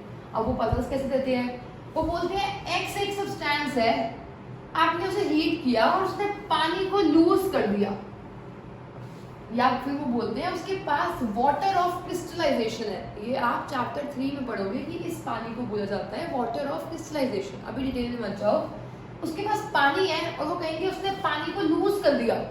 जब उसने पानी को लूज किया, then on further heating it we get pungent और बर्निंग स्मेल। तो ये इसकी आइडेंटिफिकेशन है, आपको लर्न करके रखनी है कि पंजेंट और बर्निंग स्मेल किसकी होती है, सल्फर डाइऑक्साइड और सल्फर ट्राइऑक्साइड की। तो X क्या होगा, FeSO4.7H2O। इसके बाद आपको रिएक्शंस देखने के लिए आएंगी ये दोनों, तो आपको ये रिएक्शंस हर टॉपिक की, अगर वो पूछे या ना पूछे, अगर फेरस सल्फेट पे क्वेश्चन आया तो आपको ये रिएक्शन खुद मेंशन करके आनी चाहिए, और इसको बैलेंस भी करके आना है। मैंने आपको बताया बैलेंसिंग की वो वीडियो आप रेफर कर सकते हो, तो आपको बैलेंस भी करके आना है। और अगर आपको फिर भी लगे कि कोई इक्वेशन आपको बैलेंसिंग चाहिए जो मैं समझाऊं, तो आप उसे कमेंट बॉक्स में डाल देना, मैं उस इक्वेशन को भी समझाने के लिए एक वीडियो बना दूँ। तो आई होप आपको यहाँ तक क्लियर हुआ होगा। तो ये क्वेश्चन ऐसे पहेलियों में आते हैं कि एक गैस है जिससे बहुत बुरी स्मेल आ रही है, तो वो गैस कौन सी होती है, सल्फर डाइऑक्साइड और सल्फर ट्राइऑक्साइड। तो ये था थर्मल डिकम्पोजिशन। थर्मल डिकम्पोजिशन का आपकी बुक में एक और एग्जाम्पल दिया हुआ है। जो सेकेंड एग्जाम्पल है वो है लेड नाइट्रेट। अब देखो लेड होता है Pb, नाइट्रेट होता है NO3, लेड की वैलेंसी होती है 2, नाइट्रेट की होती है 1, तो फॉर्मूला बना Pb1 NO3 होल ट्वाइस। तो 1 को नहीं लिखते, PbNO3 होल ट्वाइस, ठीक है। अब हम इसको कर रहे हैं हीट। जो लेड नाइट्रेट होता है इसका कलर होता है वाइट, इस सॉल्ट का कलर कैसा होता है, वाइट। जब हम इसको हीट करते हैं तो इसको हीट करने पे फॉर्म होता है येलो कलर का एक सॉलिड। मतलब यहाँ पे जैसे पहले रेडिश ब्राउन बच रहा था, अब कौन सा कलर बचेगा, येलो। येलो बच गया। येलो बचने के बाद इसमें से रिलीज होती है ऑक्सीजन गैस, और एक और गैस निकलती है नाइट्रोजन डाइऑक्साइड। इसकी आइडेंटिफिकेशन होती है कि इसके जो फ्यूम्स हैं वो ब्राउन है। आपको एनसीईआरटी में चेक करना है, जो ये एक्टिविटी दी है, आप देखते हैं इसके जो वेपर्स बन रहे हैं ना वो ब्राउन कलर के ही ड्रॉ किए हुए हैं उन्होंने। उसका एक रीजन है, क्योंकि ब्राउन की आइडेंटिफिकेशन होती है नाइट्रोजन डाइऑक्साइड गैस की। तो आपने लेड नाइट्रेट को हीट किया, इस रिएक्शन को भी आप लिख सकते हो in change of colour. Lead nitrate को हीट किया, फॉर्म क्या हुआ, लेड ऑक्साइड, जिसका कलर क्या है, येलो, और गैस फॉर्म हुई नाइट्रोजन डाइऑक्साइड। वो तो पता चली ब्राउन फ्यूम्स है। आपको कैसे पता चला कि जो गैस फॉर्म हुई थी वो ऑक्सीजन थी? क्योंकि ऑक्सीजन आप आइडेंटिफाई नहीं कर सकते हो, ऑक्सीजन तो एयर में इतनी है, उड़ जाएगी, आपको पता नहीं चलेगा ऑक्सीजन है। तो ऑक्सीजन के लिए हम क्या करते हैं, एक माचिस की तीली को, मैच स्टिक को उसके पास लाते हैं। जो ऑक्सीजन होती है ना वो प्रमोट करती है फायर को, मतलब आग को और ज़्यादा इग्नाइट कर देती है। आप मैच स्टिक को लाओगे, अगर वो थोड़ी सी जल रही थी ना वो और ज़्यादा जलने लग जाएगी। तो ऑक्सीजन जो होती है वो प्रमोट करती है कंबशन को। Combustion is burning anything in the presence of oxygen. तो वो बर्न करती है, तो वो प्रेफर करती है ऑक्सीजन को। तो हम कहेंगे जो मैच स्टिक है, क्योंकि वो ज़्यादा तेज चलने लग गई तो गैस कौन सी प्रेजेंट थी, ऑक्सीजन। ब्राउन फ्यूम्स है तो गैस कौन सी प्रेजेंट है, लेड ऑक्साइड। येलो कलर का फॉर्म हुआ है तो सब्सटेंस कौन सा फॉर्म हुआ है, लेड ऑक्साइड। और सॉल्ट कौन सा था, लेड नाइट्रेट। एग्जाम का क्वेश्चन आपको बता रही हूँ, उसमें क्या आएगा, a white salt on heating decomposes to give brown fumes.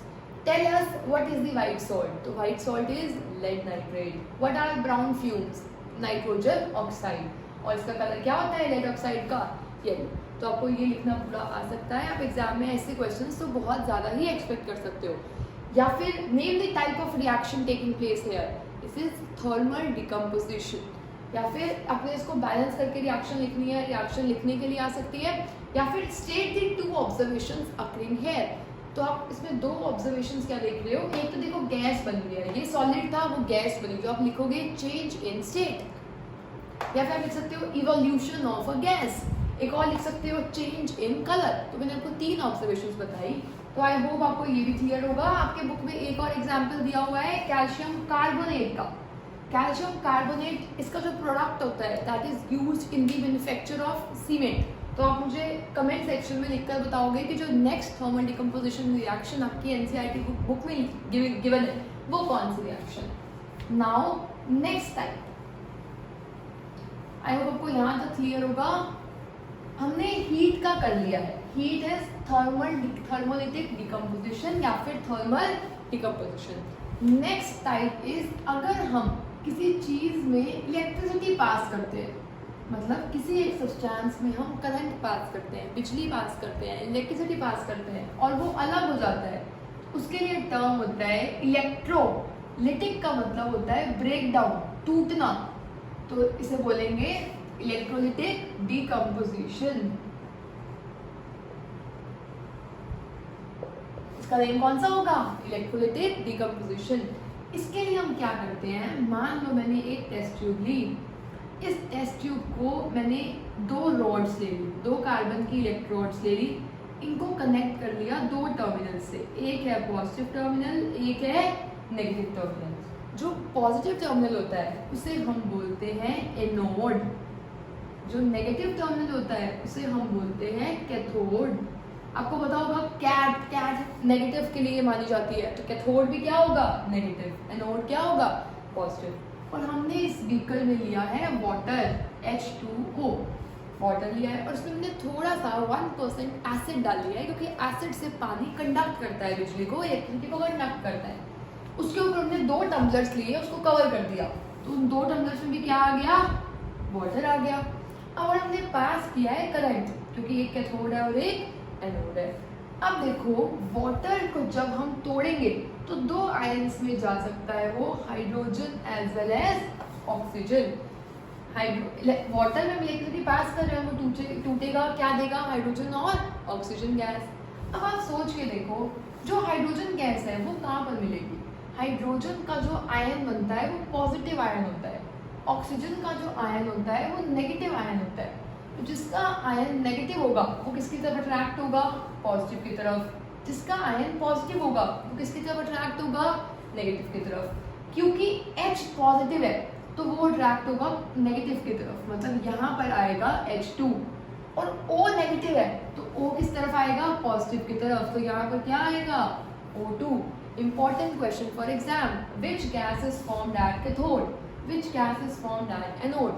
तो कैथोड पे गैस फॉर्म होती है हाइड्रोजन, एनोड पे गैस फॉर्म होती है ऑक्सीजन। तो आप लिखोगे कैथोड पे कौन सी फॉर्म हो रही है, हाइड्रोजन, और एनोड पे ऑक्सीजन। आई होप आपको यहाँ तक क्लियर हुआ होगा। इसके बाद अगर हम नेक्स्ट की बात करें, तो अगर हम इस रिएक्शन में देखें तो हम देखते हैं कि हाइड्रोजन अगर जैसे अभी इलेक्ट्रिसिटी पास की है तो हाइड्रोजन और ऑक्सीजन मिलेंगे। हम देखते हैं कि हाइड्रोजन अगर इतनी कलेक्ट हुई है इसके ऊपर तो ऑक्सीजन सिर्फ इतनी है, मतलब इतनी है ऑक्सीजन और इतनी ज़्यादा क्या है हाइड्रोजन। तो ये तो हमें दिख रहा है, ये तो इक्वल नहीं है। ऐसा क्यों हो रहा है? क्योंकि आप देखो जब आप वाटर को ब्रेक डाउन करते हो तो इस इक्वेशन को बैलेंस करो, इसकी बैलेंसिंग हमने की है, यहाँ पर भी 2 आ जाएगा और यहाँ पर भी 2 आ जाएगा, तभी ये इक्वेशन क्या हो जाएगी बैलेंस। अब आप देखो जब वाटर टूटेगा अगर 1 मोल ऑक्सीजन का है तो हाइड्रोजन का कितना मोल है 2 मोल। इसका मतलब जितनी भी ऑक्सीजन फॉर्म होती है उससे डबल कौन सी गैस फॉर्म होती है हाइड्रोजन। जितनी भी ऑक्सीजन फॉर्म हो रही है उससे डबल कौन सी गैस फॉर्म होगी हाइड्रोजन। तो एग्जाम में क्वेश्चन आ सकता है in the electrolysis of water why is hydrogen gas form double. तो आपको ये रिएक्शन लिख के आना है एंड एक्सप्लेन करना है since if we balance this equation for 1 mole of oxygen released 2 moles of hydrogens are released, that is exactly double। तो जब भी वाटर टूटेगा जितना भी ऑक्सीजन बनेगा उसका डबल क्या बनेगा हाइड्रोजन। अब हमें पता कैसे चलता है कि कौन सी गैस कहाँ पर हाइड्रोजन फॉर्म हुई थी या कहाँ पर ऑक्सीजन फॉर्म हुई थी। इसके लिए ना एक टेस्ट होता है ब्रिंगिंग अ मैचस्टिक टेस्ट। अब उस मैचस्टिक टेस्ट में क्या होता है, आपको मैचेस की तीली लेके आनी है दोनों के पास, एक इसके पास और एक इसके पास। ऑक्सीजन का मैंने आपको भी टेस्ट बता दिया था, ऑक्सीजन के पास लेके आओगे तो फ्लेम और ज़्यादा बर्न करता है, अच्छे से ग्लो करता है। हाइड्रोजन के पास लेके आओगे तो ये बर्न करता है और मतलब जो फायर है वो बुझ जाती है and it burns with a pop sound. It extinguishes fire with a pop sound. मतलब आप आवाज़ सुनोगे एक पॉप पॉप की आवाज़ आएगी और जो माचिस की तीली है वो बुझ जाएगी। और ऑक्सीजन में वो बुझेगी नहीं बल्कि और ज़्यादा ग्लो करेगी। हाइड्रोजन में it burns with a pop sound. Important question for exam. तो ये 3 इंपॉर्टेंट थे, कैथोड हाइड्रोजन और डबल की फॉर्म होती है और ये हाइड्रोजन और ऑक्सीजन का टेस्ट किया। तो आई होप आपको यहाँ तक क्लियर हुआ होगा क्योंकि हमने इलेक्ट्रिसिटी पास की और ये 2 चीज़ों में टूट गया तो इस डिकम्पोजिशन को हम बोल रहे हैं इलेक्ट्रोलिटिक डिकम्पोजिशन। अब हम बात करते हैं थर्ड टाइप ऑफ डिकम्पोजिशन की। Now the third type of decomposition is photolytic decomposition. Photolytic decomposition. अब आप देखो फोटो से आपको याद आएगा फोटोसिंथेसिस, तो उसमें क्या चाहिए होती थी सनलाइट। इसमें भी क्या चाहिए होगी सनलाइट क्योंकि है तो डिकम्पोजिशन ही फोटोलिटिक की। तो जब सनलाइट के प्रेजेंस में कोई सब्सटेंस ब्रेक होगा तो उसे हम बोलेंगे फोटोलिटिक डिकम्पोजिशन। जैसे 2 सब्सटेंसेस होते हैं सिल्वर क्लोराइड। सिल्वर का फॉर्मूला होता है Ag, क्लोराइड का होता है Cl, दोनों की वैलेंसी है 1 तो फॉर्मूला क्या बन गया AgCl। तो जब हम सिल्वर क्लोराइड को धूप में रखते हैं तो सिल्वर बच जाता है और बचती कौन सी गैस है क्लोरीन। जैसे आपने रखा सिल्वर क्लोराइड को, क्लोरीन तो उड़ गई और बच क्या गया सिर्फ सिल्वर। कलर चेंज हो जाएगा तो इस रिएक्शन को भी आप लिख सकते हो कलर चेंज में। सेम होगा सिल्वर ब्रोमाइड में। आपको मुझे कमेंट्स में बताना है कि सिल्वर क्लोराइड का कलर और सिल्वर ब्रोमाइड का कलर क्या होता है। सिल्वर ब्रोमाइड को जब आप हीट करोगे तो बनेगा Ag+Br2। तो आप देखो आप कोई दवाई खा रहे हो और उस दवाई पे लिखा था कि उसके अंदर है सिल्वर ब्रोमाइड और आपने उस दवाई को रख दिया धूप में, तो आपको लगेगा आप सिल्वर ब्रोमाइड खा रहे हो पर ब्रोमीन तो उठ चुका है तो बचा क्या है सिल्वर। मतलब आप खा कुछ और सोच के रहे हो मिल कुछ और रहा है, तो आपकी हेल्थ के साथ गलत हो रहा है ये। इसीलिए कुछ बॉटल्स के पीछे मेडिसिन के पीछे लिखा होता है not to be stored in direct exposure to sunlight. मतलब धूप नहीं लगनी चाहिए क्योंकि धूप लगेगी तो स्प्लिट हो जाएगा। या फिर एक और क्वेश्चन आता है why are silver chloride and silver bromide kept in dark colored bottles? They are kept in dark colored bottles to prevent the exposure of sunlight so that photolytic decomposition do not take place। हम नहीं चाहते कि ये इसमें break हो जाए, हम इसमें भी ये नहीं चाहते कि ये इसमें ब्रेक हो जाए। इसको बचाने के लिए, इस रिएक्शन को बचाने के लिए धूप का कॉन्टैक्ट बचाना पड़ेगा। और धूप का कॉन्टैक्ट हम कैसे बचाएंगे डार्क कलर बॉटल्स में रख के या फिर धूप के एक्सपोजर में ना रख के। एक इम्पॉर्टेंट क्वेश्चन यहाँ से आता है इन 2 की क्या एप्लीकेशन होती है silver chloride and silver bromide. तो इन 2 की एप्लीकेशन होती है they are used in black and white photography. इसमें सिल्वर क्लोराइड सिल्वर ब्रोमाइड के साथ एक और सब्सटेंस होता है हाइड्रोजन परऑक्साइड, वो भी स्टोर करते हैं हम डार्क कलर बॉटल्स में ड्यू टू सिमिलर रीजन। तो आई होप आपको समझ आया होगा डिकम्पोजिशन रिएक्शन, जिसमें एक सब्सटेंस टूटता है दो सब्सटेंसेस में या तीन सब्सटेंसेस में, तो उसमें हमें एनर्जी देनी पड़ेगी। तो वो रिएक्शन है ऑलमोस्ट एंडोथर्मिक रिएक्शन। तो एनर्जी हम दे सकते हैं हीट के फॉर्म में, तब हम उसे बोलेंगे थर्मोलिटिक डिकम्पोजिशन, जिसमें हमने दो एग्जाम्पल देखे थे, ferrous sulphate, lead nitrate. Next is electrolytic decomposition, जिसमें हम इलेक्ट्रिसिटी पास करते हैं और दो सब्सटेंसेस टूट जाते हैं, दो सब्सटेंसेस में ब्रेक हो जाता है एक substance. Next is photolytic decomposition, जब हम किसी चीज़ को धूप में रखते हैं और वो दो सब्सटेंसेस में ब्रेक हो जाता है। So this was all about decomposition reaction. That was our second part. The next type of reaction is displacement reaction.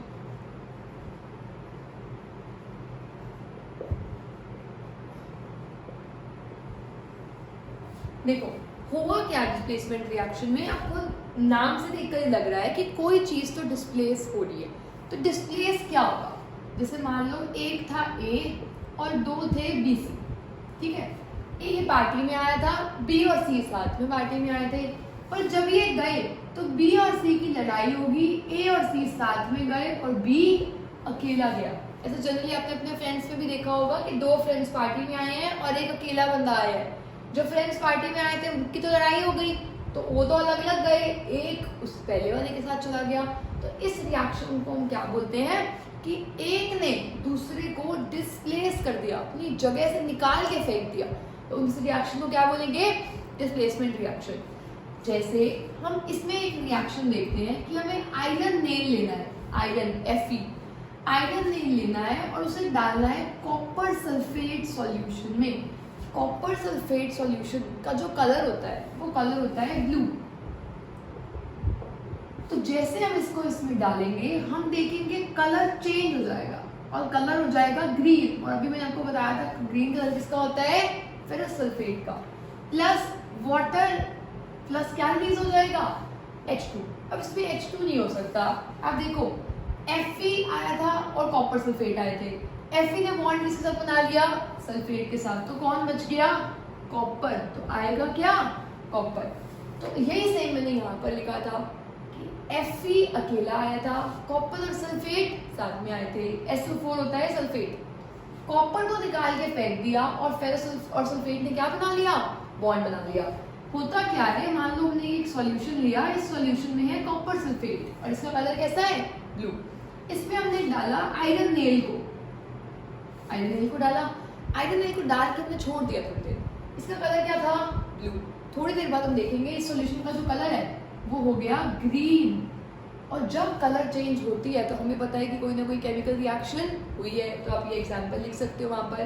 तो क्योंकि यहाँ एक केमिकल रिएक्शन हुई है तो हुआ क्या, कॉपर को डिस्प्लेस कर लिया आयरन ने, इसलिए कॉपर अलग हो गया। और कॉपर जब अलग हुआ तो कॉपर ना यहीं पे डिपॉजिट हो जाता है, यहीं पे। अब इसका मतलब आप ये मत सोचना लेना कि कॉपर तो आयरन से ही जुड़ा हुआ है, तो कॉपर और आयरन तो साथ में है। एक और चीज जो कॉमन डाउट मैंने देखा है, आप ये भी तो बोल सकते थे कि Fe प्लस Cu SO4 है, तो Fe ने Cu के साथ बॉन्ड बना लिया और सल्फेट अलग हो गया। ऐसा कभी भी नहीं होता। क्यों नहीं होता, क्योंकि जब एक कंपाउंड बनता है तो जो पहले वाली प्रॉपर्टी होती है, जो आगे वाली होती है, वो इलेक्ट्रॉन्स को लूज करने वाली होती है और जो सेकंड वाली होती है वो इलेक्ट्रॉन्स गेन करना चाहती है। तो एक पॉजिटिव आयन बनाता है, एक नेगेटिव आयन बनाता है, तभी वो दोनों बॉन्ड बनाते हैं। अब जो आयरन है वो भी मेटल है, मेटल इलेक्ट्रॉन को लूज करना चाहते हैं।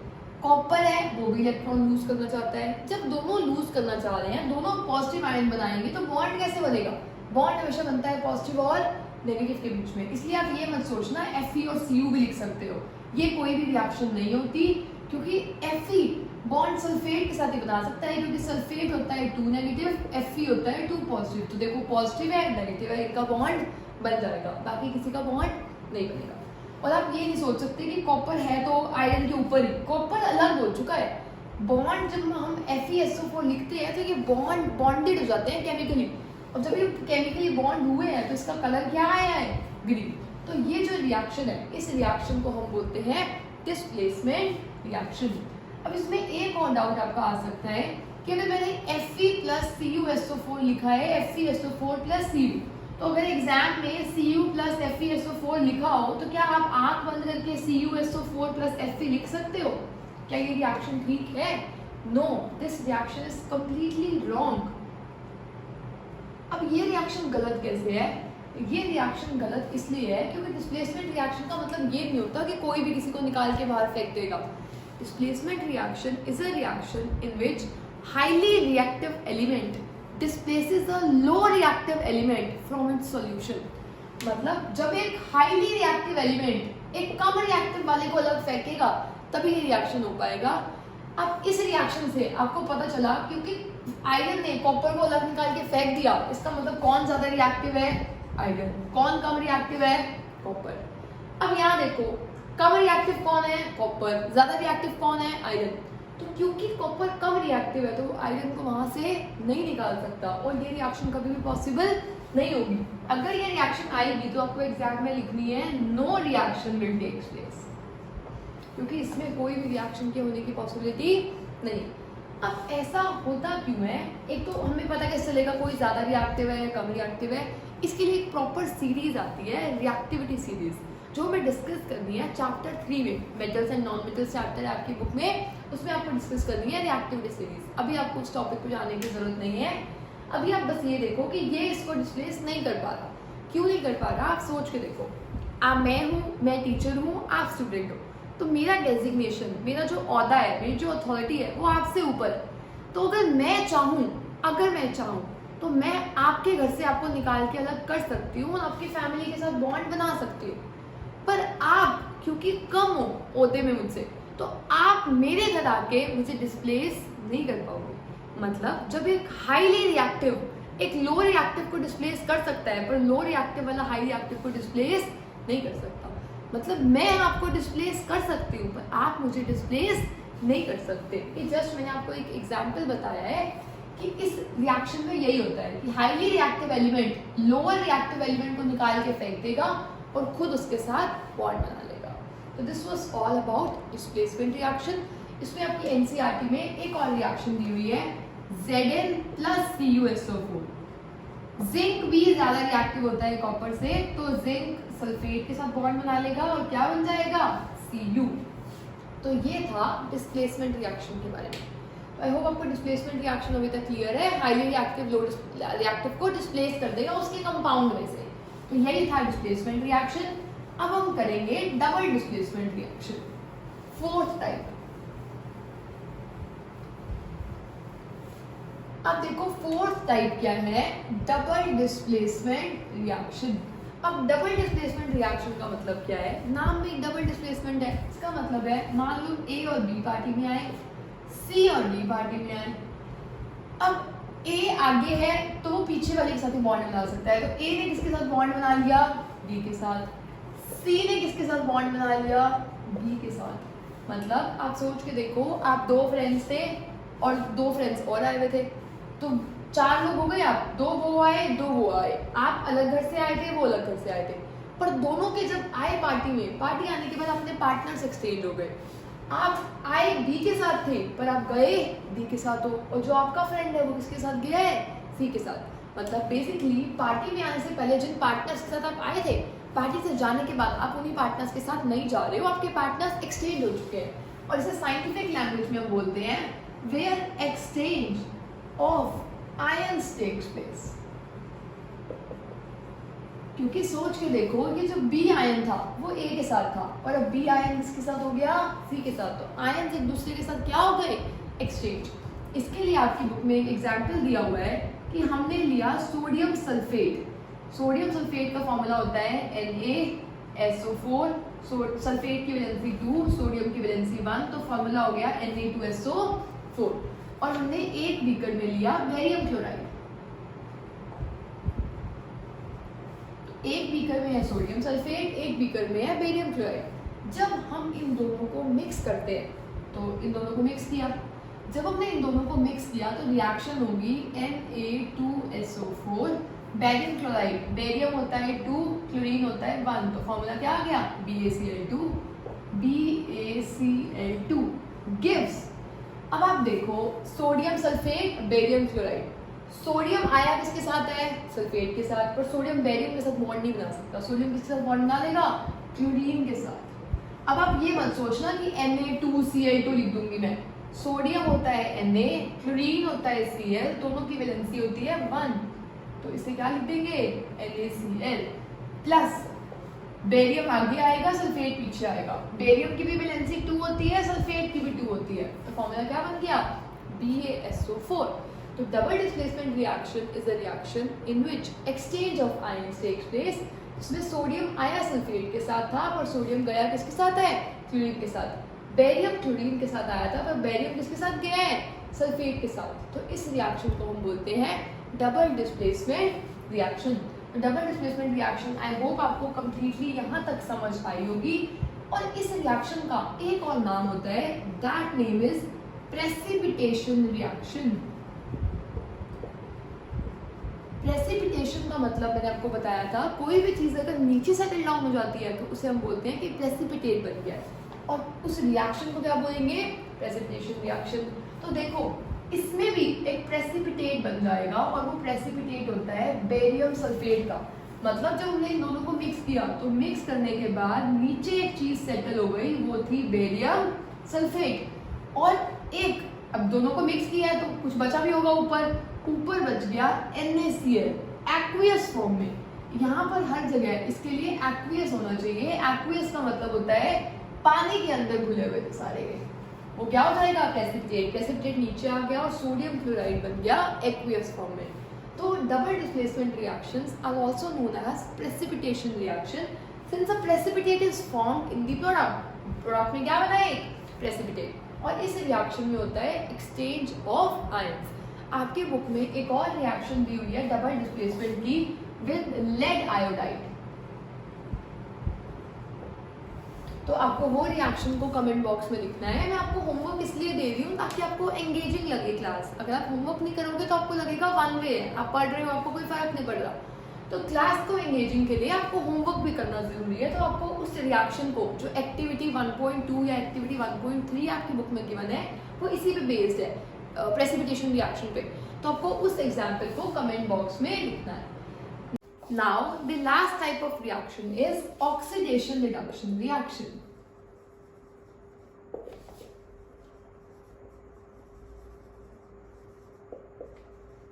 Now, what do you mean by oxidation and what do you mean by reduction? Oxidation का मतलब होता है addition of oxygen. आपको नाम से ही लग रहा है ऑक्साइड। ऑक्साइड का मतलब क्या होगा? ऑक्सीजन।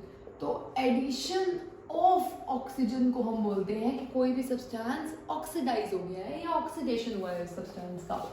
और रिडक्शन का मतलब इसका उल्टा होगा, रिमूवल ऑफ ऑक्सीजन। इसे क्या बोल देंगे कि उस सब्सटेंस का क्या हुआ है? रिडक्शन। इसके लिए मैं आपको एक एग्जांपल बताती हूँ। एक क्वेश्चन आता है बहुत ही इंपॉर्टेंट कि आपके पास एक मेटल है, आपके पास एक मेटल है और आपने उस मेटल को हीट किया। जब आप हीट करते हो तो ऑक्सीजन की प्रेजेंस में करते हो। तो उस मेटल को जब आपने ऑक्सीजन की प्रेजेंस में हीट किया तो वो जो सब्सटेंस था वो ब्लैक कलर का हो गया। और जब आपने उस ब्लैक कलर के सब्सटेंस में हाइड्रोजन पास की तो आपने देखा कि वो आपको जो मेटल था, जो ये X था, वो आपको वापस मिल गया। तो अब बताओ X क्या है? ये बहुत ही इंपॉर्टेंट क्वेश्चन है एग्जाम के लिए। तो X इसमें होता है कॉपर। हम जब कॉपर को बर्न करते हैं तो कॉपर ऑक्साइड बनता है जिसका कलर कैसा होता है? ब्लैक। अब इस ब्लैक कॉपर ऑक्साइड में जब हम हाइड्रोजन पास करते हैं तो बनता है Cu प्लस H2O। क्या बना? Cu plus H2O। मतलब Cu में ऑक्सीजन पास की, एक ब्लैक कलर का कंपाउंड बना। उस ब्लैक में हाइड्रोजन पास की, मतलब Cu में ऑक्सीजन पास किया, उस ब्लैक कलर में हाइड्रोजन पास किया, तो हमें वापस से वो मेटल मिल गया। वो मेटल कौन सा है? कॉपर। तो आपको ये दो रिएक्शन एग्जाम में लिखने के लिए आ सकती हैं। अगर हम इस रिएक्शन में देखें तो आप ये देखो, कॉपर के पास पहले ऑक्सीजन थी, जैसे ही वो प्रोडक्ट में गया अब उसकी ऑक्सीजन गायब हो गई। जब किसी की ऑक्सीजन चली जाती है तो हम बोलते हैं उसका हुआ है रिडक्शन। क्या हुआ है? रिडक्शन। अब आप देखो हाइड्रोजन, हाइड्रोजन के पास पहले ऑक्सीजन नहीं है, हाइड्रोजन के पास बाद में ऑक्सीजन आ गई है, तो हम बोलेंगे उसका हुआ है ऑक्सीडेशन। क्योंकि मैंने अभी आपको बताया है addition of oxygen, addition of oxygen is oxidation, removal of oxygen is reduction, और ऐसे रिएक्शंस को हम बोलते हैं ऑक्सीडेशन एंड रिडक्शन रिएक्शंस। तो इस रिएक्शन के भी एग्जांपल किसका है, ऑक्सीडेशन एंड रिडक्शन रिएक्शन का। तो अब ये देखो था आपके पास ये, इसे आप लिखोगे कैसे, आप लिखोगे copper oxide is reduced to copper, या फिर लिखोगे H2। अब आप हमेशा रिएक्टेंट्स की टर्म्स में बताते हैं, H2 is oxidised to H2O। तो आई होप आपको समझ आया होगा कि ऑक्सीडेशन, ऑक्सीजन ऐड कर दो, रिडक्शन, रिमूव कर दो ऑक्सीजन। ऑक्सीडेशन का एक और डेफिनेशन हो सकती है, और वो दूसरी डेफिनेशन होती है removal of H2। Next reduction की एक डेफिनेशन होती है ऑक्सीडेशन, मतलब ऑक्सीडेशन नहीं बोलेंगे, हम बोलेंगे एडिशन ऑफ H2। मतलब अगर H2 रिमूव होगी तो ऑक्सीडेशन, अगर H2 ऐड होगी तो रिडक्शन। देखो कॉपर के पास पहले ऑक्सीजन नहीं थी, अब ऑक्सीजन आ गई, तो कॉपर का क्या हुआ है, ऑक्सीडेशन। कॉपर का क्या हुआ है, ऑक्सीडेशन। तो इसे भी हम बोल देंगे ऑक्सीडेशन। और एक और, एक एक्स्ट्रा नॉलेज के लिए मैं आपको एक बात बता रही हूँ, दो बातें बता रही हूँ इनफैक्ट। एक होता है ऑक्सीडाइजिंग एजेंट, एक होता है रिड्यूसिंग एजेंट। अब इनका मतलब क्या है, आप सोच के देखो, एजेंट अपना काम करता है या सामने वाले का काम करता है, सामने वाले का। अगर आप एक एजेंट हायर करोगे तो वो अपने लिए तो काम नहीं करेगा, वो आपके लिए काम करेगा। तो अगर मैं बोल रही हूँ कि एक एजेंट ऑक्सीडाइजिंग एजेंट है, इसका मतलब वो अपना ऑक्सीडेशन नहीं करा रहा होगा। जो अपना ऑक्सीडेशन नहीं करा रहा होगा उसका खुद का रिडक्शन हो रहा होगा। मतलब जिसका रिडक्शन हो रहा है वो एजेंट कौन सा है, ऑक्सीडाइजिंग एजेंट। तो कॉपर ऑक्साइड कैसा एजेंट है, ऑक्सीडाइजिंग एजेंट। हाइड्रोजन देखो, देखो कॉपर ऑक्साइड खुद रिड्यूस हो रहा है और H2 को क्या कर रहा है, ऑक्सीडाइज। तो H2 को ऑक्सीडाइज कर रहा है कॉपर ऑक्साइड, तो H2 को ऑक्सीडाइज जब कॉपर ऑक्साइड कर रहा है तो कॉपर ऑक्साइड कौन सा एजेंट है, ऑक्सीडाइजिंग एजेंट। अब देखो कॉपर ऑक्साइड खुद क्या हो रहा है, रिड्यूस। तो कौन रिड्यूस कर रहा होगा इसे, हाइड्रोजन। तो हाइड्रोजन कौन सा एजेंट है, रिड्यूसिंग एजेंट। या तो आप इसे समझ लो या आप इसे लर्न कर लो, जिसका खुद का ऑक्सीडेशन होता है वो कौन सा एजेंट होता है, रिड्यूसिंग एजेंट।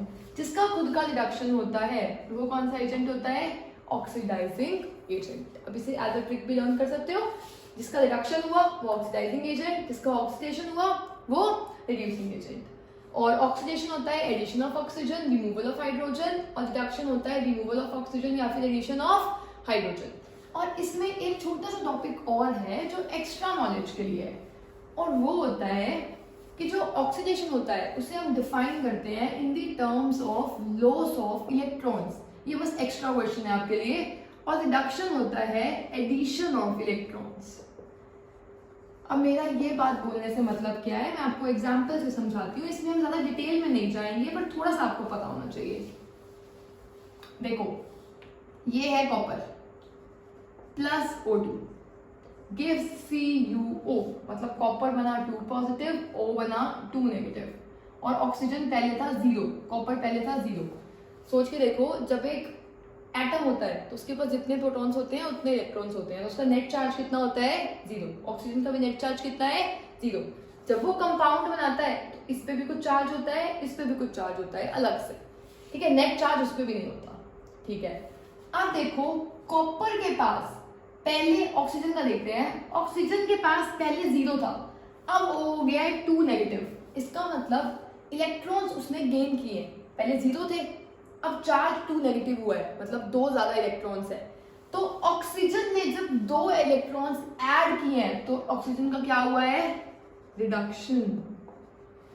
आप देखो कॉपर, कॉपर पहले 0 था, उसने 2 इलेक्ट्रॉन्स लूज किए हैं, तभी उस पर चार्ज कैसा आया है, 2 पॉजिटिव। जब आप लूज करते हो तो पॉजिटिव चार्ज आता है, गेन करते हो इलेक्ट्रॉन्स तो नेगेटिव चार्ज आता है। तो कॉपर के पास पॉजिटिव चार्ज आया, मतलब उसने इलेक्ट्रॉन्स को लूज किया है। जो लूज करते हैं इलेक्ट्रॉन्स को उसका क्या होता है, ऑक्सीडेशन।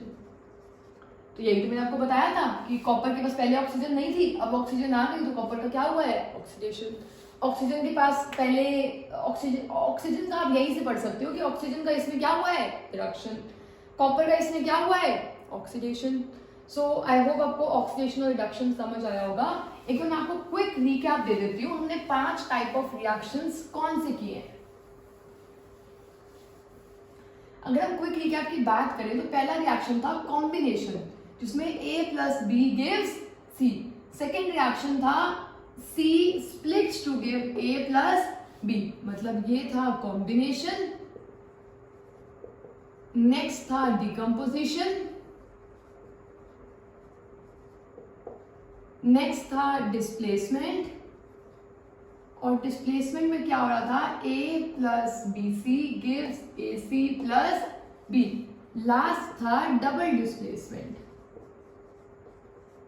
डबल डिस्प्लेसमेंट हमने देखा A B plus B C gives A B plus C D gives A D plus C D. इसके बाद हमने लास्ट देखा ऑक्सीडेशन एंड रिडक्शन रिएक्शन। तो आई होप आपको ये सारे जो हमने टाइप्स ऑफ रिएक्शंस किए हैं वो क्लियर हुए होंगे। अगर आपको ये क्लियर है तो ऑक्सीडेशन रिडक्शन की एक प्रैक्टिकल एप्लीकेशन होती है जो हम अब देखें। Now the last topic chapter is corrosion and rancidity. अब कोरोजन क्या होता है और रेंसिडिटी क्या होते हैं, these are the practical applications of oxidation reduction reactions, जिनका एक और नाम होता है रिडॉक्स। मतलब रिडक्शन का रेड उठा लिया, ऑक्सीडेशन का ऑक्स उठा लिया और उन्हें कंबाइन करके बोलते हैं रिडॉक्स रिएक्शन। उसका प्रैक्टिकल एग्जांपल होता है जो हम एवरीडे लाइफ में देखते हैं, वो होते हैं 2, कोरोजन और रेंसिडिटी। कोरोजन आप बहुत बार सुनते हो क्योंकि कोरोजन काफी एवरीडे लाइफ में देखने वाला काफी जनरल फिनोमिना है जो हम ऑब्जर्व करते हैं। जैसे इसका अगर मैं आपको बेस्ट एग्जांपल बताऊं तो इसका बेस्ट एग्जांपल होता है रस्टिंग ऑफ आयरन, जो कि हम सब रिलेट कर सकते हैं क्योंकि हम देखते हैं कि लोहे को अगर हम हवा में वाटर में छोड़ देते हैं तो लोहे पे जंग लग जाता है। वो जो लोहे पे जंग लगता है उस जंग को बोलते हैं रस्ट, और जब हम बोलते हैं आयरन जो है वो रस्ट हो गया, खराब हो गया, तो उसे बोलते हैं कोरोजन। तो corrosion is the phenomena in which the metals are attacked by the atmospheric gases or atmospheric acids or atmospheric water vapor and it gets corroded। corroded का मतलब वो खराब हो जाता है उससे रिएक्ट होने के बाद। जैसे आयरन के केस में कोरोजन को हम क्या बोलते हैं, रस्टिंग। नेक्स्ट एग्जाम्पल, आपने देखा होगा चीजें जब नहीं लेते हैं तो बहुत शाइनी दिखती हैं, थोड़े टाइम के बाद उनकी शाइन खत्म होती जाती है। वो शाइन खत्म क्यों होती है, क्योंकि वो चीजें क्या हो जाती हैं, क्रोड जाती हैं। एटमॉस्फेयर में ऑक्सीजन है, ऑक्सीजन रिएक्ट कर लेता है उनके साथ और वो चीजें नेचुरली जैसी अच्छी नहीं रहती है। ठीक है, इसी वजह से जो ब्रिजेस जो आयरन के बने होते हैं उसमें काफी सारा पैसा जाता है, क्योंकि आयरन रस्ट हो जाता है। जब वो रस्ट बनता है ना तो वो टूटने लग जाता है, निकल जाता है। तो उसको प्रिवेंट करने के लिए हम पेंट करते हैं या ग्रीस करते हैं, क्योंकि अगर आप एक लेयर बना देते हो तो आयरन का कॉन्टैक्ट बच जाएगा बाहर के साथ कॉन्टैक्ट बच गया तो वो कोरोड भी नहीं होगा। और कोरोजन जो टॉपिक है वो 3rd चैप्टर में और ज्यादा डिटेल में आएगा, तो अभी इस चैप्टर में हम उतना ही पढ़ेंगे जितना सफिशिएंट है। तो आयरन की रस्टिंग होती है जब रस्ट फॉर्म होता है, जिसका कलर होता है ब्राउनिश।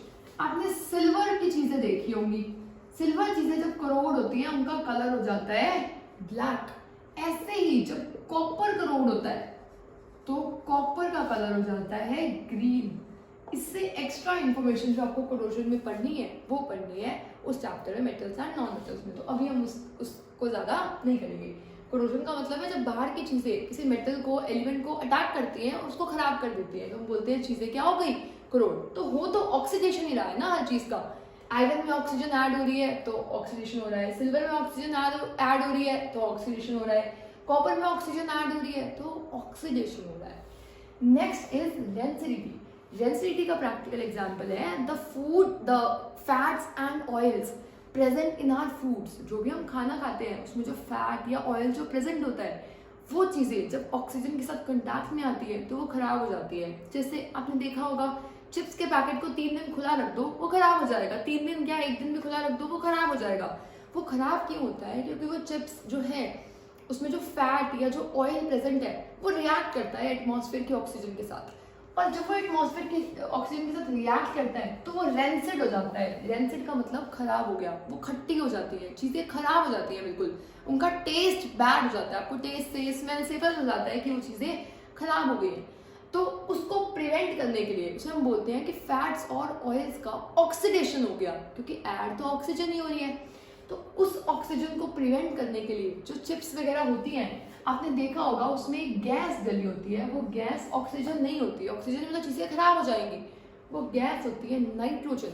तो जो ये चिप्स के पैकेट्स होते हैं उसमें नाइट्रोजन फ्लश करने का या नाइट्रोजन डालने का रीजन क्या होता है? टू प्रिवेंट रेंसिडिटी, और रेंसिडिटी होता है oxidation of fat and oil to become substances that are rancid and not good for our health. या फिर हम और क्या कर सकते हैं? एयर टाइट कंटेनर्स में चीज़ों को रख सकते हैं। तो जब हम एयर टाइट कंटेनर्स में चीज़ें रखते हैं तो उससे भी ऑक्सीजन ज़्यादा कॉन्टैक्ट नहीं कर पाती। जब ऑक्सीजन ज़्यादा कॉन्टैक्ट नहीं कर पाएंगी तो चीज़ें काफ़ी टाइम तक खराब नहीं होंगी। तो ऑक्सीडेशन को या रेंसिडिटी को प्रिवेंट करने के लिए हम नाइट्रोजन वगैरह कर सकते हैं, या फिर एयर टाइट कंटेनर्स में चीज़ों को प्लेस कर सकते हैं। एयर टाइट कंटेनर्स के बाद हम क्या कर सकते हैं? उसको प्रॉपरली सील करके रख सकते हैं, जिसे हम बोलते हैं वैक्यूम पैकिंग करके रख सकते हैं। या फिर आपने देखा होगा चीजों में एंटीऑक्सीडेंट्स डाले जाते हैं। एंटीऑक्सीडेंट्स जैसे नाइट्रोजन भी एक एंटीऑक्सीडेंट है जो प्रिवेंट करता है कि ऑक्सीडेशन ना हो पाए। और लास्ट पॉइंट होगा, कुछ चीजों को हम रेफ्रिजरेट कर देते हैं, रेफ्रिजरेटर यूज कर लेते हैं। रेफ्रिजरेटर यूज करने से क्या होता है? रेफ्रिजरेटर में चीजें लो टेम्परेचर पे पड़ी होती हैं, तो उसमें ऑक्सीजन का हम प्रिवेंशन बचा लेते हैं, और जब चीज़ें वहाँ पड़ी हो तो वो ऑक्सीडाइज नहीं होती इतनी जल्दी। जब वो ऑक्सीडाइज नहीं होंगी तो खराब नहीं होंगी। तो आपने देखा होगा फ्रिज में ऑक्सीडेशन डिले हो जाता है, ऑक्सीडेशन आराम से होता है। मतलब ऐसा नहीं है कि फ्रिज में रखते हैं कोई चीज़ कभी भी खराब नहीं होगी, पर आप कुछ टाइम के लिए उसे बचा के रख सकते हो। तो रेंसिडिटी से प्रिवेंट करने के लिए आप नाइट्रोजन फ्लश कर सकते हो, air tight containers, vacuum packing, antioxidants, या फिर रेफ्रिजरेट कर सकते हैं। और आपने देखा होगा कोरोजन आयरन की होती है, सिल्वर की होती है, कॉपर की होती है, पर गोल्ड की नहीं होती है। तो क्या आप में से कोई मुझे बता सकता है कि गोल्ड तो खराब नहीं होता? अगर हम गोल्ड वेयर करके रखें तो उसके ऊपर तो कोई जंग नहीं लगती है, तो क्यों नहीं लगती है? तो आपको वो भी कमेंट बॉक्स में बताना है। और मैंने आपको आज के लिए काफ़ी सारा होमवर्क दिया है, तो आप प्लीज़ कमेंट बॉक्स में टाइप करना मत भूलना। So this was all about the chapter 4, that was chemical reaction and equation. If you like this video, please share it with your friends as well. I have made almost every chapter video for class 10th, so keep sharing the videos, and thanks a lot. I wish you all the best for your future. Thank you.